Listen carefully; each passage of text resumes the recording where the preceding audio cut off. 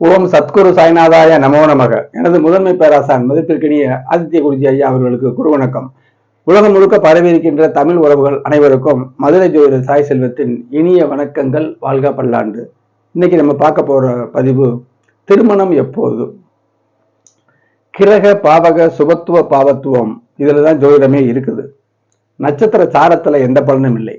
சந்திரனுக்கு மட்டும் மாதாகாரகனாகிய சந்திரனுக்கு மட்டும் சாரத்தை பார்க்கணும். ஏன்னா என்ன தசாபுத்திகள் நடக்குது, கல்யாணம் ஆனாலும் சரி, வேலைக்கு போனாலும் சரி, வெளிநாடுகளுக்கு போனாலும் சரி, தசாபுத்தி அமைப்புல தான் ஒரு சம்பவம் நடக்கும். அதை சுட்டி காட்டக்கூடியவை தசாபுத்திகள். தசாபுத்திகள் இல்லாம ஜாதகத்துல பலனை சொல்ல முடியாது. அதுக்கு சந்திரனுக்கு சார வேணும்.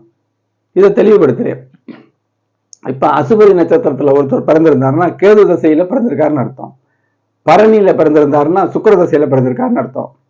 கார்த்திகையில சந்திரன் இருந்துச்சுன்னா சூரிய திசையில பிறந்திருக்காருன்னு அர்த்தம். அடுத்தடுத்து வரக்கூடிய தசாபதிகளை கணிச்சு தான் இவருக்கு என்ன நடக்கும் அப்படிங்கிற அமைப்பை சொல்றதுங்க. இப்ப இந்த ஜாதகத்துல திருமணம் எப்போது அப்படிங்கிற விஷயத்த பார்ப்போம். திருமண பருவத்துல செய்யக்கூடிய ஒரு விஷயம், சந்ததிகளை ஏற்படுத்துவதற்கு திருமணம் கண்டிப்பா செய்தாக வேண்டும். இது சங்கிலி தொடர் போன்றது. ஆணோ பெண்ணோ சின்ன வயசுல திருமணம் செய்யலாமா, லேட்டா தான் திருமணம் செய்யலாமான்னு ஜாதகத்திலே இருக்கும். குருபலம்ங்கிறது வியாழ நோக்கம் வந்துருச்சும்பாங்க. அது என்னன்னா வருஷத்துக்கு வருஷம் குரு மாறுதுல, அதை நம்ம திருமண வேலை நோக்கம்னு எடுத்துக்க கூடாதுங்க. அப்படித்தான் சொல்லியிருக்காங்க. இப்ப மேசராசிக்கு 2ல குரு வர்றான்னு வச்சுக்கோங்க. பொதுவா உடனே கல்யாணம் நடக்கும்னு சொல்ல முடியாது. வயசு இருக்கு. அப்படியே பருவம் வந்தாலுமே செய்யலாமாங்கிற ஒரு விஷயம் இருக்கு. நல்லா தெளிவா கேளுங்க. இப்ப ரிஷபத்துக்கு 2ஆம் இடத்துல குரு இருக்கு. ரிஷப ராசிக்காரங்களுக்கு பூரா திருமணம் நடந்துருமா? பருவத்தில் உள்ளவர்களுக்கு திருமணம் நடக்கும். தசாபுத்திகள் இருந்து திருமணம் நடக்கக்கூடிய அமைப்பு வரும் பொழுது இந்த 2ல குரு இருக்கிறது மேற்கொண்டு ஒரு சுபத்தன்மையை செஞ்சு கல்யாணத்தை உறுதிப்படுத்தும். கடும் தோஷம் உள்ள ஒரு ஆணோ பெண்ணோ ரிஷபராசியில பிறந்திருக்காங்க, அவருக்கு 30 வயசுக்கு மேல திருமணம் நடக்கணும்னு இருக்கும்போது 2ல குரு வரத்தான் செய்யும். திருமணம் நடத்தக்கூடாது, நடக்கவும் செய்யாது. பாக்கியம் இல்லாத ஜாதகத்துல திருமணம் நடத்தக்கூடாதுன்னு நாங்க அறிவுரை சொல்லுவோம். யோகமான ஜாதகத்துல அவங்களே நடத்த மாட்டாங்க. இப்படி ஒரு வித்தியாசம் இருக்குது. இப்ப இந்த ஜாதகத்துல இந்த ஜாதகர் ஒரு ஆண், 26 வயசு ஆகுது. எப்ப திருமணம் நடக்கும் அப்படிங்கிற விவரத்தை நான் தெளிவா என்னுடைய மதிப்புக்குரிய ஆசான் ஆதித்ய குருஜி ஐயா அவர்களுடைய கண்டுபிடிப்பான கிரக சுபத்துவ பாவத்துவ அமைப்புல கிரக பாவக சுபத்துவ பாவத்துவ சூட்சும அமைப்புப்படி சிலர் பாரம்பரிய ஜோதிடத்தை பாருங்க, இதுல எல்லாம் பார்க்காதீங்கிறது. அவங்களுக்கு என்ன சொல்றேன்னா, பாரம்பரிய ஜோதிடமே இதுதாங்க. கிரக சுபத்துவ பாவத்துவத்தை தான் பாரம்பரிய ஜோதிடமே இருக்கு. அது புரியாம சொல்றாங்க.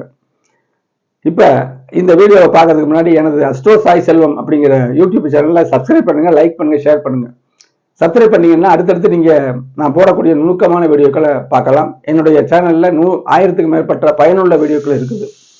கல்வி, உயர்கல்வி, வெளிநாடு செல்லக்கூடிய அமைப்பு, திருமணம் எப்ப செய்யலாம், திருமணத்துடைய தரம், வேலையா தொழிலா, கடன் வாங்கலாமா, சுபக்கடனா அசுபக்கடனா, செய்யக்கூடியவை எவை, செய்யக்கூடாதவை எவை அப்படிங்கிறத தனிப்பட்ட ஜாதகத்துல தெளிவா கிரக வழக்கத்தோடு எடுத்து சொல்லிட்டு வர்றேன். உள்ளூர் நண்பர்கள், வெளியூர் நண்பர்கள், வெளி மாநிலத்தில் உள்ளவங்க, வெளிநாட்டில் உள்ளவங்க, அவங்களுக்கு தெரியும் நான் எப்படி பலன்கள் சொல்றேன்னு. கிரக வழக்கத்தோட சொல்றது தவறுறதில்லை, நெடுநேரம் எடுத்துக்கிறது. ஜாதகருடைய கேள்வி கேட்கக்கூடிய திருப்தி அடையும் வரைக்கும் நான் பதில் சொல்றது என்னுடைய பாணி. கிரக விளக்கத்தோடு சொல்றது என்னுடைய பாணி. அதே மாதிரி புதிய வரலாறு தெய்வ கட்ட சேனல்லையும் என்னுடைய வீடியோக்கள் வருகிறது. பார்த்து பயன்பெறுங்கள். ஷேர் செய்யுங்க. அப்பதான் நீங்க மட்டுமில்ல உங்க உறவினர்கள் அனைவருமே பார்த்து பயனடைந்து ஜோதிடத்தை புரிந்து, சரியான ஜோதிடத்தை புரிந்து அவங்க ஜாதகத்துல கேள்விகள் கேட்கறதுக்கு அதுக்கு ஒரு வாய்ப்பா இருக்கும். அதனால சேனலை சப்ஸ்கிரைப் பண்ணுங்க, லைக் பண்ணுங்க, ஷேர் பண்ணுங்க. இப்ப வீடியோக்குள்ள போவோம். தனிப்பட்ட முறையில் ஜாதக பலன் வேண்டினால் இந்த தேவையில தெரியக்கூடிய இந்த வாட்ஸ்அப் நமக்கு தொடர்பு கொள்ளுங்க. கட்டண முறையில் மிக தெளிவாக பலன்களை கேட்டறிந்து கொள்ளலாம். நன்றி. இப்ப இந்த வீடியோக்குள்ள போவோங்க. கிரக பாவக சுபத்துவ பாவத்துவத்தெல்லாம் அமைப்பு எல்லாமே சொல்லலாம். திருமணம் எப்போது அப்படின்னு இவர் கேட்டு வந்த ஜாதகம், நான் பார்த்த ஜாதகம். பிறந்த விவரங்கள் சொல்றேன். இது 13/4/2000 7/15 காலையில மதுரையில பிறந்திருக்காரு. ஆயிலியம் 1ஆம் பாதம் நட்சத்திரம். சந்திரனுக்கு சாரம் பார்க்கறதுல தசாபுத்தி பார்க்கணும்ல.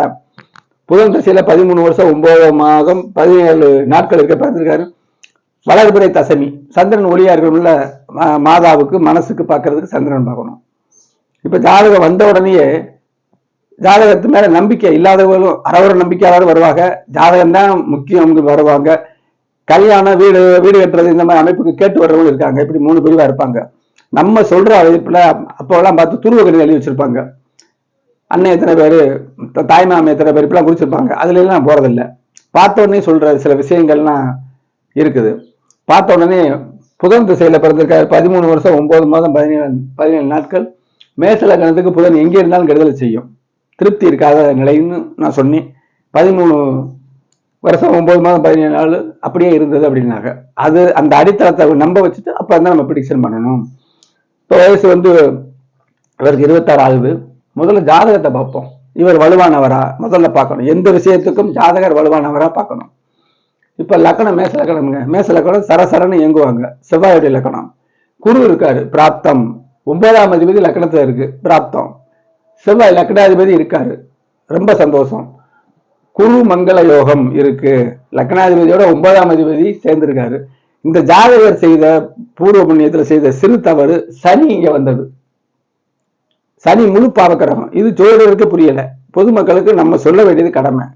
காலங்காலமா சனியை சனீஸ்வரன் நல்லது செய்யற கிரகம், சனி கொடுத்தால் எவர் தடுப்பார், இப்படிலாம் சொல்லிக்கிட்டு ஒரு அலங்காரமா சொல்லிக்கிட்டு வந்த விஷயத்த மக்கள் மனதில் பதிச்சு வச்சுட்டாங்க. இப்ப புதுமையா என்னுடைய குருநாதருடைய அருளால அவர் வந்து ஜோதிடத்துடைய இன்னொரு பகுதியை, உண்மையான பகுதியை கண்டறிந்து சொல்றாரு. சில பேருக்கு அது பொறுக்கலை. இப்ப இந்த சனி இங்க வந்தவொடனே கெடுதல், அது செவ்வாயோட சேர்ந்த சனி சரியில்லாத அமைப்பு. அப்ப இவங்கிட்ட சொன்னேன், ஜாதகர் திறமையானவர், எல்லாம் செய்யக்கூடியவர் தான், ஓகே. சனி செவ்வாய் சேரும்போது சின்ன விவகார குணம் இருக்கு அப்படியேட்டாங்க. அதுதான் இங்க உள்ளது. குரு இருக்கிறதுனால அதுக்கு வந்து ஒரு கட்டுக்குள்ள இருக்கும், அந்த பிரேக் அதுல இருக்கும். செவ்வாய் சனியுடைய கொடும் செயல்களுக்கு குரு வந்து தடுக்கும். அப்படிங்கும் போது இது வந்து நல்ல குணமும் சில உள்ள வந்து சில ஆகாத குணம் ஒளிஞ்சிருக்கும். அது நமக்கு பிரச்சனை இல்லை, அது எல்லாருக்கும் கலந்துதான் பிறவி ஏற்படும். இப்ப திருமண விஷயத்தை பார்க்கணும். வயசு 26. செவ்வாய் சனி சேர்ந்து குரு லக்கணத்துல இருந்தா 7ஆம் இடத்தை பார்க்கும்ல. அப்ப செவ்வாய் சனியுடைய சிறிய தாக்கம் இருக்கும், அதுக்கு தக்கன தள்ளி போகும். இப்ப குருவே இல்லைன்னு வச்சுக்கோங்க, செவ்வாய் சனி லக்கணத்தை பார்த்தா இவருக்கெல்லாம் 32 வயசுக்கு கீழே செய்யவே கூடாது. இதுதான் முக்கியம். 10 பொருத்தம் பார்த்துலாம் சொல்றதுல பிரயோஜனமே இல்லை. குரு சேர்ந்துட்டாரு, இப்ப செவ்வாய் சனி டம்மி ஆயிட்டாங்க. அந்த டம்மியா இருந்தாலும் அது கூட வயசு போகுது. 26 வந்துருச்சா. பொதுவா வந்து இதுதான் திருமண அமைப்பு. ஆண்களுக்கு வந்து 24லயே செய்யணும். ஒரு 2 வருஷம் தள்ளி போச்சு. காரணம் அஷ்டமச்சனி. அஷ்டமச்சனி சந்திரனோட ராகு விலகித்தான் இருக்கு. அப்ப அஷ்டமச்சனி காலத்துல 2.5 வருஷத்துல இவருக்கு எந்த ஒரு வேலை செய்யற அமைப்புல எந்தவித ஒரு பெரிய விருத்திகள் இல்லை. ஒரு கட்டுக்குள்ள இந்த அஷ்டமச்சனி செய்தது. இங்க செவ்வாய் சனி சேர்ந்து குரு சேர்ந்ததுனால அஷ்டமச்சனி இவரை வந்து பல குழப்பங்கள், வீட்டுல சொல் பேச்சு கேட்காத அமைப்புக்கு அப்படிலாம் 2.5 வருஷம் இருந்துச்சு. இப்ப சரியாயிருச்சு. சரியா. அப்ப சுக்கிரன் களத்துல காரகரை பார்க்கணும்ல. குடும்பத்துக்கும் 7ஆம் அதிபதிக்கு சுக்கிரன் தானே. 7ஆம் இடத்தை சனி செவ்வாய் பார்த்துச்சுன்னா அப்ப திருமணம் வந்தாலுமே நல்லா இருக்காதா? அப்படி கிடையாது. ஒரு பகுதி 7ஆம் இடம் செவ்வாய் சனி குருவோட சேர்ந்து பார்த்தாலும் சுக்கிரன் உச்சமா இருக்காரு பாருங்க. அதுதான் இங்க உள்ளது. உச்சமா இருக்காரு. லக்னத்துக்கு 5ஆம் அதிபதி பூர்வ புண்ணியாதிபதி இங்க சேர்ந்திருக்காரு. புதனும் இருக்கு. புதன் ஆகாதா இருந்தாலும் புதனும் இருக்கு, பெரிய கெடுதல் பண்ணாது. அப்ப மனைவி நல்ல படித்த இவரை காட்டுல திறனான மனைவி வரும் அப்படின்னு சொன்னேன். அதுக்கான காலம் என்ன? அஷ்டமச்சனி முடிஞ்சிருச்சு. இப்ப பாருங்க, சுக்கிரதசை 2041 வரை இருக்குது. இவங்க வீடு கட்டலாமான்னு கேட்டாங்க, கட்டலாம். சுக்கிரன் உச்சமா இருக்காரு. இந்த இதுலதான் நுணுக்கமே இருக்கு. சூரியன் சுக்கிரன் புதனோட செவ்வாய் சனி இந்த தடுப்பு, இந்த கட்டமத்துக்கு பின்னாடி ஒட்டல, எந்தவித தொடர்பும் இல்லை. அப்ப இந்த சூரியன் சுக்கிரன் புதன் எந்தவித ஒரு செவ்வாய் சனியோட தொடர்பு இல்லாம இருக்கும் பொழுது சுக்கிரதசை நடக்குது. வீடு வாசல் கட்ட போறாங்க. அஷ்டமச்சனிக்கு பிறகு எல்லாமே நடக்கும். இந்த பையனுக்கு திருமணம் அமைய போகுது. அப்ப சுக்கிரதசை 2041 வரை இருக்கு.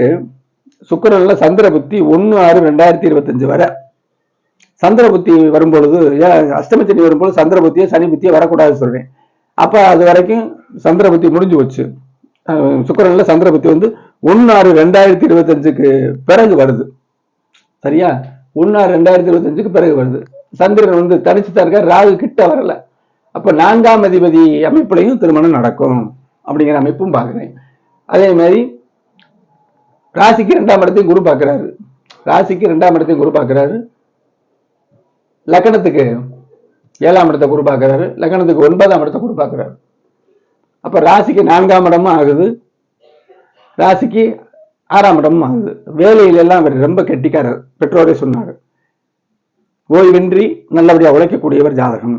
அப்ப திருமணம் இந்த முதல்ல இவருக்கு சின்ன வயசுல செய்யலாமான்னு ஆண் பெண்ணா இருந்தாலும் பார்க்கணும். அதுதான் முக்கியம்.